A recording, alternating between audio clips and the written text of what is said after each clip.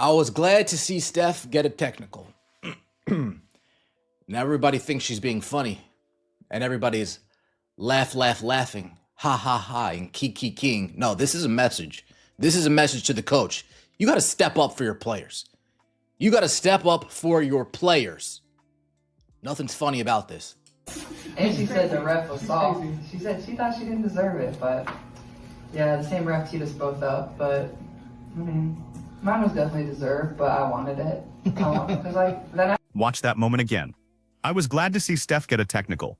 That's not a casual observation from Caitlin Clark. That's a direct message to her head coach, delivered through the media, for the entire league to hear. And the way she phrases it, the emphasis on glad, the slight edge in her voice when she says hopefully it fires the team up like your coach gets a technical like that. This is calculated. This is a franchise player who just spent 8 months getting grabbed, scratched, and clotheslined while her coach sat on the sideline with her arms crossed saying nothing. And now, after one technical foul in late season, Clark is publicly praising White for finally showing she gives a damn. The subtext is deafening. Where have you been all year? Real quick, does any other team put these videos out of their coach addressing the team at the end of the game? Like, do the Lynx put out Cheryl Reeve addressing this? Do the Aces put out Becky Hammond addressing the team? Because if I'm another team and I'm watching these videos, if I'm like a Becky or a Cheryl Reeve or a Sandy and I'm watching this, I'm laughing at these every single day. I mean, us as fans, we laugh at these videos, so I can't imagine what the opponents are doing. All right, y'all. And here's what makes this even more revealing. Stephanie White just watched Caitlin Clark drop 30 points and 10 assists to save the Fever from another embarrassing collapse against a Chicago Sky team missing 3 starters. No Courtney Vandersloot, no Diamond DeShields, no Camila Cardoso. The Sky were running on fumes, and Indiana still needed overtime to escape with a win after blowing a 19-point lead. This was Clark's 3rd consecutive game pulling the team back from double-digit deficits caused by White's coaching decisions. And when the cameras roll in the locker room, White talks about weathering storms and coming together and growing as a team. She goes out of her way to praise Aaliyah Boston's performance. But the player who just bailed her out again, the engine that makes everything work, doesn't get mentioned once, not even in passing.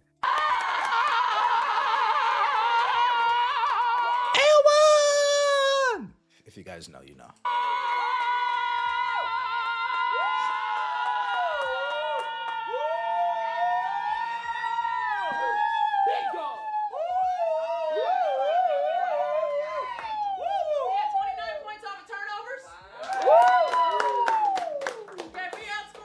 Surely we're going to mention Caitlin Clark's 30 and 10, right? Of course, right? Okay, a lot of really good stuff. 19 second chance points. Okay, again, a lot of really good stuff. And most importantly, we stacked today and we got better. Now watch this sequence carefully, because this is where coaching becomes malpractice. Indiana is up 3 with seconds left. Chicago has the ball out of bounds. This should be simple. Defend the inbound, don't foul, close out the game. Instead, Kelsey Mitchell fumbles the inbound pass out of bounds, giving Chicago another chance. And what does Stephanie White do? She immediately grabs Caitlin Clark, pulls her aside, and starts talking in her ear. You can see Clark's face. That's not the expression of someone receiving helpful tactical advice. That's the face of someone thinking, why are you talking to me right now when Mitchell just made the mistake? And then it gets worse. White subs out Caitlin Clark, who's been the best defender on the team all season, and brings in Raven Johnson to defend the final possession. Skylar Diggins-Smith immediately drains a 3. Overtime, all because White felt the need to make a statement substitution that had 0 strategic value and every bit of performative coaching theater. The channel, that would mean so much to me. Real quick, can we put Michaela Timpson in the starting lineup, please? Can we insert Michaela Timpson or Maisha Hines-Allen in the starting lineup, please? Here's what that substitution really represents. Stephanie White is coaching to look like she's coaching, not coaching to win. She's making moves that seem strategic to casual observers, but actively hurt the team's chances. Clark is shooting 38% from 3 this season and playing elite on-ball defense. Mitchell is a defensive liability who went invisible for most of this game. The correct play is obvious. Keep your best players on the floor and live with the results. But White can't help herself. She needs to show everyone she's making adjustments and reading the game and managing personalities. So she pulls her franchise player at the worst possible moment. The Sky capitalize immediately, and Indiana has to grind through 5 more minutes. They never should have played. Kelsey Mitchell fumbles it. It goes out of bounds.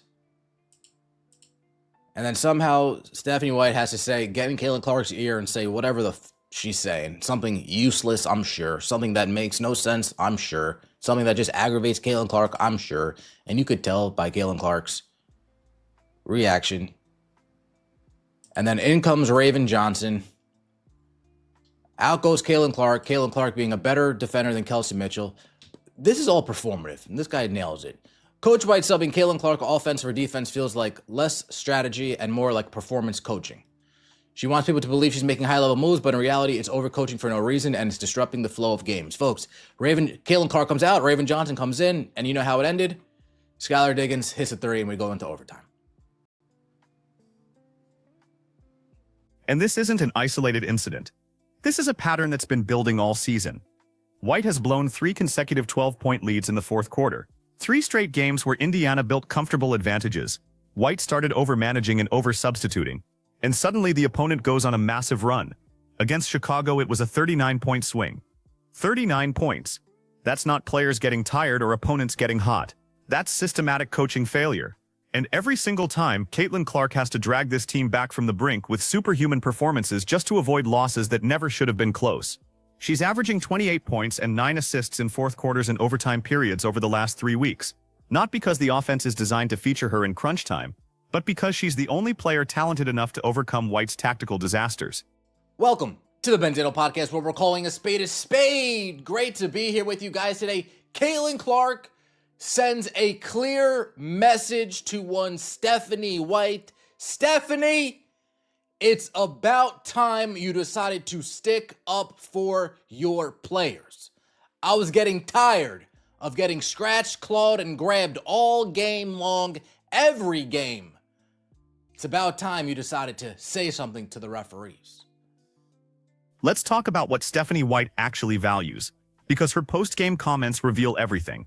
After a game where Caitlin Clark records her 4th 30-point, 10-assist performance of the season, White finds time to praise Kelsey Mitchell. Kelsey Mitchell, who went 4 for 13 from the field, turned the ball over twice in the final 3 minutes, and had exactly one memorable moment, fumbling an inbound pass out of bounds that nearly cost them the game.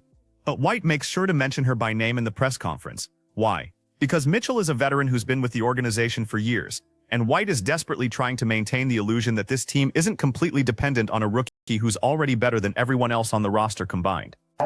Exactly. If your coach tests a technical, you should want to go to war for it. You want to see that your coach gives a damn. So I'm glad to see Stephanie White finally get a technical and show that she gives a damn. Yeah, message sent. Will Metheny receive the message? That remains to be seen. But the message was sent.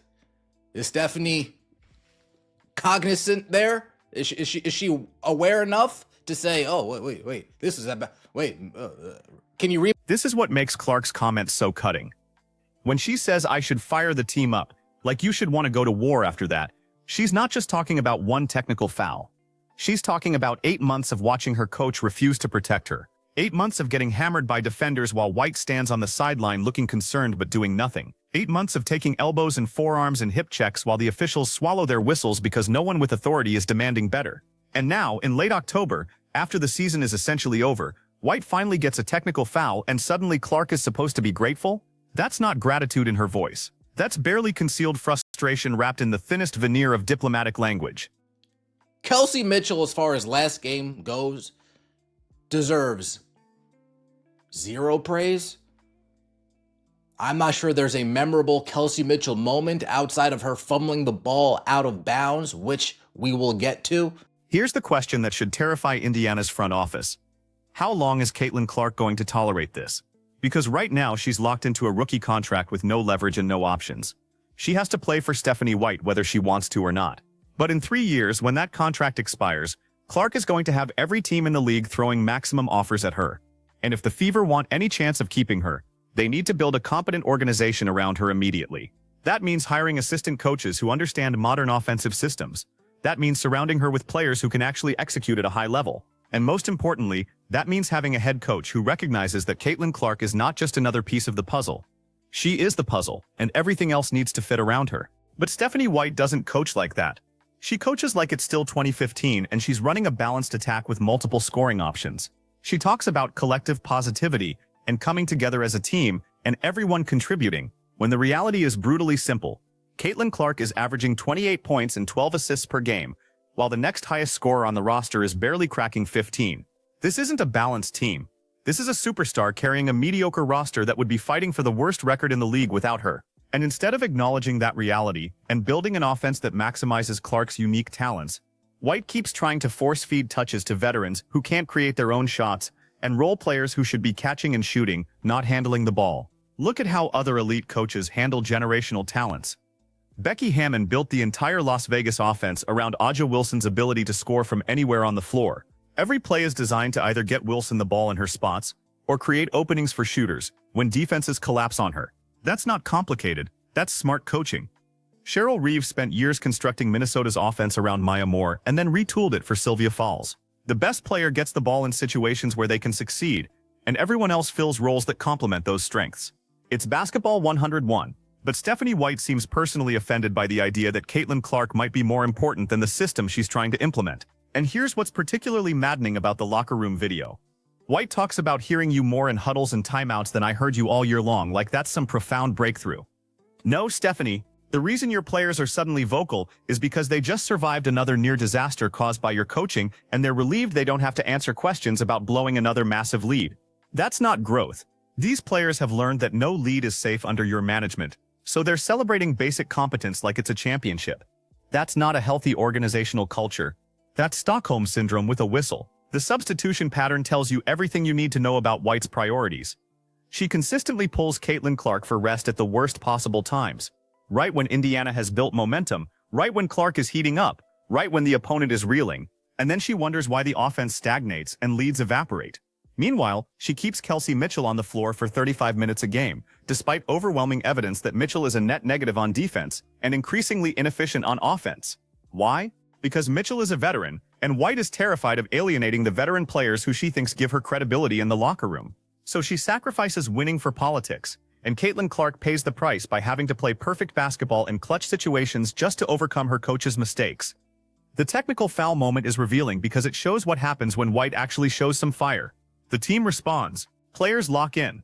Suddenly there's energy and purpose and accountability, which raises the obvious question, why doesn't she coach like that all the time? Why does it take until late October, after months of Clark getting abused, for White to finally stand up and demand better officiating? The answer is uncomfortable but clear. Stephanie White is more concerned with being liked than being respected. She wants to be seen as a player's coach, someone who's supportive and understanding and collaborative. But elite coaching requires being willing to make people uncomfortable, to demand excellence, to call out officials and opponents and even your own players when standards aren't being met. Watch Caitlin Clark's body language during that final substitution again. She doesn't argue, she doesn't complain, she just walks to the bench with her jaw clenched and watches Skylar Diggins-Smith drain the three that sends the game to overtime. That's a player who's learning that her coach doesn't trust her in the biggest moments. That's a player who's starting to internalize the message that no matter how well she plays, no matter how many times she saves the team, it's never quite enough to earn unconditional trust from her head coach. And that's absolutely toxic for a young player's development. Clark should be building confidence right now. Instead, she's learning that she has to be perfect just to stay on the floor. The comparison to other rookies is stark. Angel Reese played for Teresa Weatherspoon this year, and whatever you think about Weatherspoon's tactical acumen, she never pulled Reese in crucial moments. She let her rookie play through mistakes and build confidence. Cameron Brink played for Kurt Miller, who trusted her to close games even when she was struggling. These coaches understood that developing young talent requires giving them responsibility and living with the consequences. But Stephanie White treats Caitlin Clark like a veteran who needs to be managed and rested and protected, when what Clark actually needs is a coach who trusts her to be the best player on the floor and builds everything around that reality. Here's what makes this situation particularly frustrating for Fever fans. They finally have a generational talent, a player who can transform the franchise for the next decade, and the organization is wasting her rookie season with coaching that ranges from questionable to actively harmful. Clark is going to win Rookie of the Year. She might make an all-WNBA team. She's already one of the 15 best players in the league. And instead of maximizing this opportunity, instead of building a modern offense that showcases her unique passing and shooting skills, Stephanie White is running sets from 2010 and wondering why the spacing is terrible and the offense bogs down in the half court. The front office has a decision to make this offseason. They can run it back with Stephanie White and hope she figures it out, which seems unlikely given that her coaching flaws are fundamental rather than fixable. Or they can admit the hire was a mistake and bring in someone who understands how to build around an elite point guard who can shoot from 30 feet and make every pass in the book. There are coaches available who would kill for the opportunity to work with Caitlin Clark. Coaches who understand modern spacing and pace and how to maximize possessions. Coaches who would watch Clark drop 30 and 10 and build the entire post-game press conference around celebrating that performance, not finding ways to mention veterans who contributed nothing. Because here's the reality that Stephanie White refuses to acknowledge. Caitlin Clark is not just the best player on the Indiana Fever. She's the only reason anyone is paying attention to the Indiana Fever. She's the reason attendance doubled this season. She's the reason TV ratings spiked whenever the Fever played. She's the reason the franchise is suddenly relevant after years of mediocrity. And if the organization wants to keep her long-term, if they want to build a championship contender around her, they need to start treating her like the foundational superstar she is, not like a talented rookie who needs to earn her place in the rotation. That technical foul moment, that brief flash of fire from Stephanie White, showed what this team could be if the coach matched the intensity of her best player. But one technical foul in October doesn't erase 8 months of passivity. One moment of standing up for your players doesn't compensate for a season of letting them get abused while you stood silently on the sideline. Caitlin Clark knows that. The rest of the roster knows that. And based on that post-game comment, Clark just made sure everyone else knows it too. The message has been sent. Now we'll see if Stephanie White is capable of receiving it.